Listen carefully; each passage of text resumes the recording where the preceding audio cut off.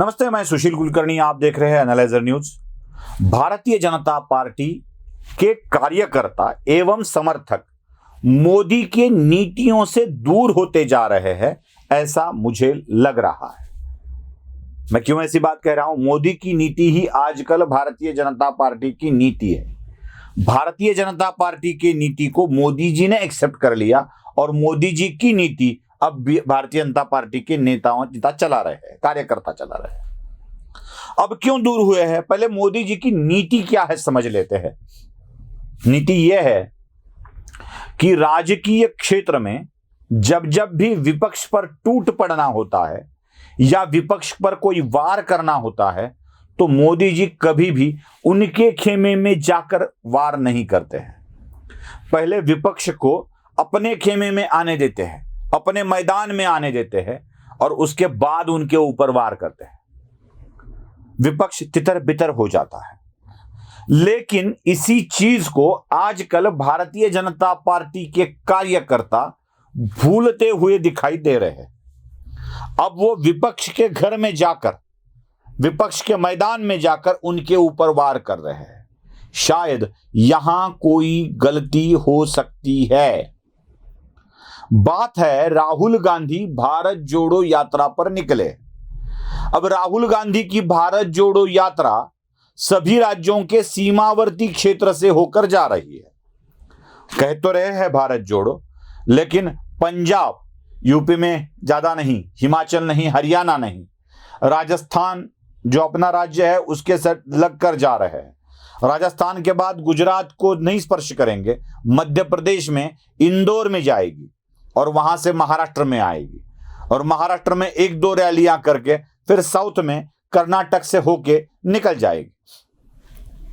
कर्नाटक में भी एक आध रैली हो जाएगी।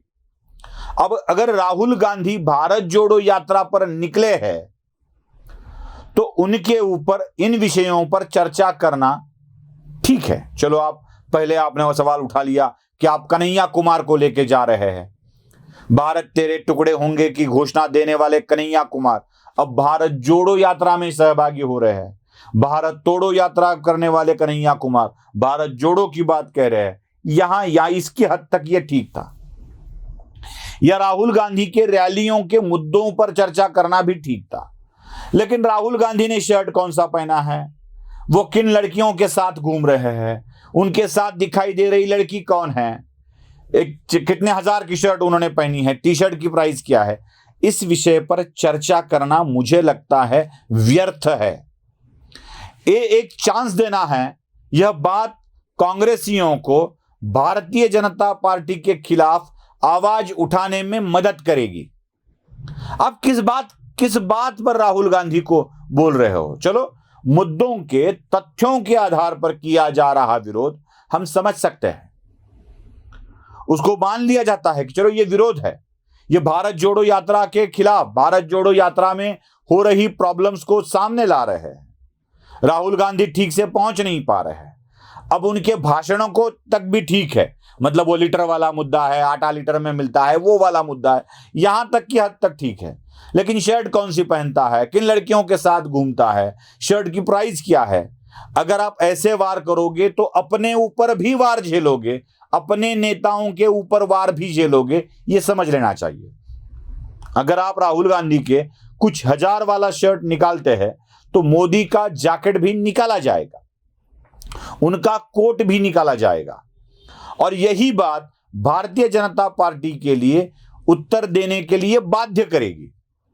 अब आप अब तक आरोप लगाते आए हैं और उसका खुलासा कांग्रेस को करना पड़ रहा है।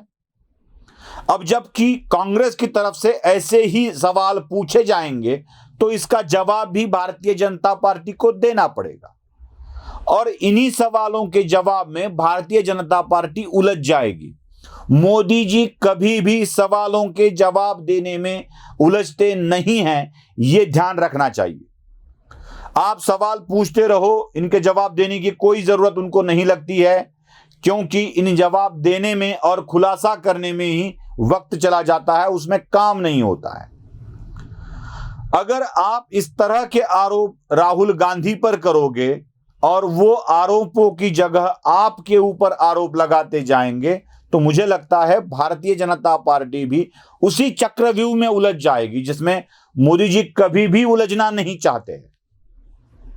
भारतीय जनता पार्टी के कार्यकर्ता एवं समर्थक मोदी नीति से हटकर कुछ अलग ही आरोप लगा रहे हैं। इससे भारतीय जनता पार्टी को सावधान होना चाहिए। बस इतना ही मुझे कहना है। वीडियो पसंद आए तो लाइक, शेयर और सब्सक्राइब जरूर कीजिए। धन्यवाद।